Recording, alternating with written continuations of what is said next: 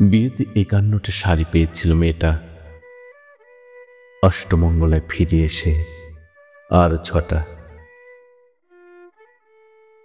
এত শাড়ি একসঙ্গে সে জীবনে কখনো দেখেনি। আলমারির প্রথম তাকে সে রাখল সব নীল শাড়িদের।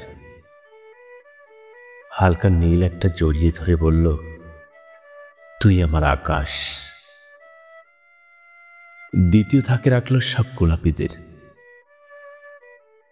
একটা গোলাপিকে জড়িয়ে সে বলল, তোর নাম অভিমান। তৃতীয় থাকে ৩টি ময়ূর, যেন ৩ দিক থেকে ছুটে আসা সুখ। তেজপাতা রঙের শাড়িটা তার নাম দিল বিষাদ। সারা বছর সে শুধু শাড়ি উপহার পেল।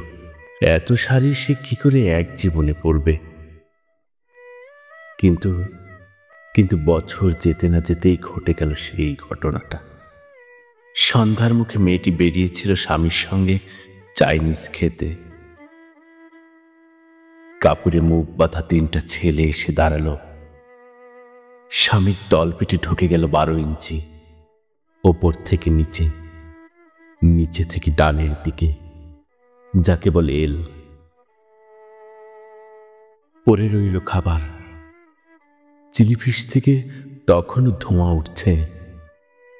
এর নাম রাজনীতি, বলেছিল পাড়ার লোকেরা।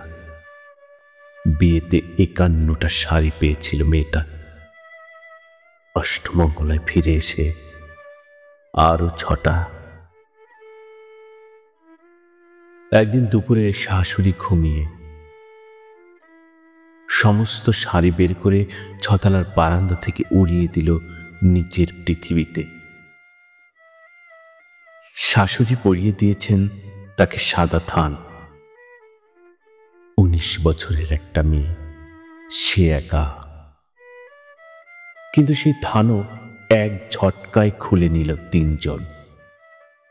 পাড়ার মোড়ে একটি সদ্য নগ্ন বিধবা মেয়ে দৌড়াচ্ছে আর চিৎকার করছে, বাঁচাও।